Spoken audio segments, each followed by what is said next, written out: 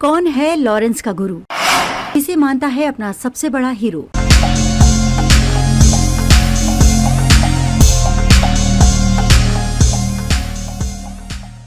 बाबा सिद्दीकी की हत्या के मामले में एजेंसियों से लेकर आम आदमी की जुबान पर बस एक ही नाम है, वो है लॉरेंस बिश्नोई।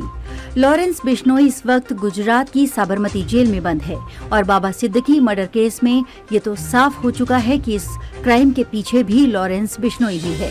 लॉरेंस बिश्नोई 2 सालों में 3 बड़े मर्डर केस की वजह से देश में ही नहीं, कनाडा पुलिस को भी उसकी कस्टडी चाहिए। साल 2022 में पंजाब के मानसा गांव में पंजाबी गायक सिद्धू मूसेवाला की हत्या, 2023 में कनाडा में खालिस्तानी आतंकवादी हरदीप सिंह निज्जर की हत्या और हाल ही में मुंबई में महाराष्ट्र के पूर्व मंत्री बाबा सिद्दीकी की हत्या करवाने का आरोप लॉरेंस बिश्नोई पर ही है।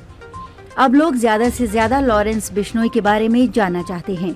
लोगों के मन में सबसे ज्यादा जो सवाल है वो ये कि क्या लॉरेंस बिश्नोई का कोई गुरु है और लॉरेंस बिश्नोई किसे सबसे बड़ा हीरो मानता है। हिंदुस्तान टाइम्स में छपी रिपोर्ट के अनुसार उसने लॉरेंस बिश्नोई से पूछताछ करने वाले अफसरों से बात की है। एक डीएसपी ने नाम न छापने की शर्त पर बताया है कि पूछताछ के दौरान जब भी वो नए चेहरे वाले गैंगस्टर के पास पूछताछ के लिए जाते थे तो उसे हमेशा से पता होता था कि उसे क्या बनना है। उन्होंने एसटी को बताया कि कई अन्य गैंगस्टर के उलट बिश्नोई का अपराध की दुनिया में कोई गुरु नहीं है, वो खुद को ही सबसे बड़ा हीरो मानता है। गैंगस्टर्स के साथ घुल मिल गया बिश्नोई। वहीं बिश्नोई से 3 बार पूछताछ करने वाले एक एसएसपी रैंक के अधिकारी ने कहा कि उसने बुडेल, बठिंडा, पटियाला, तिहाड़ और राजस्थान के गुजरात के जेलों में काफी समय बिताया है, क्योंकि उसे कभी जेलों के अंदर अकेले नहीं रखा गया, इसलिए वो अपने साथ ही कुख्यात गैंगस्टरों के साथ घुल मिल गया। नाम न बताने की शर्त पर इस अधिकारी के अनुसार पंजाब के बहुत से युवा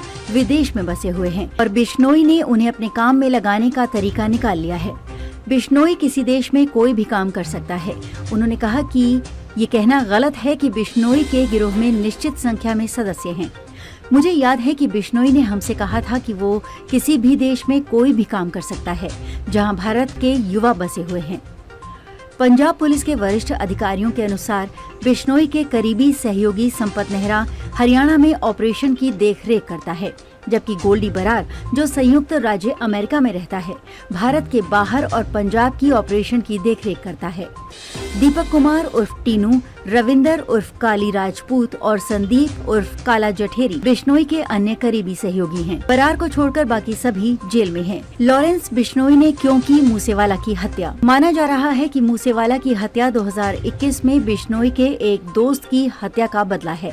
रॉयल कैनेडियन माउंटेड पुलिस का आरोप है कि निज्जर की हत्या भारतीय राज्य के इशारे पर की गई थी और पुलिस सिद्दीकी की हत्या में कॉन्ट्रैक्ट किलिंग के पहलू पर जांच कर रही है। ये बात दिलचस्प है कि 32 साल का बिश्नोई, जो अभी जेल में है, 2 देशों में 3 क्राइम केस में शामिल रहा है, लेकिन ये बात उतनी दिलचस्प नहीं है जितनी ये कि उसने ये सब जेल में रहते हुए किया है, जहां वो पिछले 10 सालों से है, जब वो 22 वर्ष का था।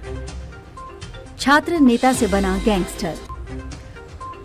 10 सालों में बिश्नोई एक छात्र नेता से एक छोटा गैंगस्टर बन गया, जो देखते ही देखते दुनिया भर के एक गिरोह का नेता बन गया, जिसका नेटवर्क कनाडा, जर्मनी और अमेरिका तक फैला हुआ माना जाता है। ये एक ऐसा दशक है जिसमें पंजाब, हरियाणा, राजस्थान, गुजरात, महाराष्ट्र, झारखंड और मध्य प्रदेश में उसके खिलाफ लगभग 4 दर्जन मामले दर्ज किए गए हैं। लॉरेंस एक संपन्न जमींदार परिवार में जन्मा। बिश्नोई 19 साल की उम्र में फाजिल्का के सीमावर्ती गांव से चंडीगढ़ आ गया। वो वहां पढ़ाई करने गया था और जल्द ही छात्र राजनीति में आ गया। छात्र राजनीति में आते ही लॉरेंस का कानून व्यवस्था के साथ टकराव शुरू हो गया था। उसी साल लॉरेंस के खिलाफ हत्या के प्रयास का मामला दर्ज किया गया। बेशक चंडीगढ़ और मोहाली में उनके खिलाफ पहले मामले छात्र राजनीति का नतीजा थे, लेकिन उन्होंने ही लॉरेंस की क्राइम की दुनिया में एंट्री की नींव रखी। लॉरेंस की क्राइम हिस्ट्री। साल 2011 में युवा अकाली दल के नेता विकी मिद्दूखेड़ा, अब दिवंगत, ने पंजाब विश्वविद्यालय के छात्र संगठन SOPU के अध्यक्ष के रूप में लॉरेंस बिश्नोई के नाम की घोषणा की। बिश्नोई ने साल 2021 में हुई अपने दोस्त की हत्या का बदला मूसेवाला को निशाना बनाकर लिया। हालांकि लॉरेंस के दोस्त की हत्या के मामले में पुलिस जांच में गायक की भूमिका की ओर इशारा नहीं किया गया था। साल 2013 तक बिश्नोई संगठित अपराध की दुनिया में पैठ बना चुका था। खासतौर पर सुरक्षा देना और जबरन वसूली के रैकेट के साथ टारगेट किलिंग के मामले शामिल थे।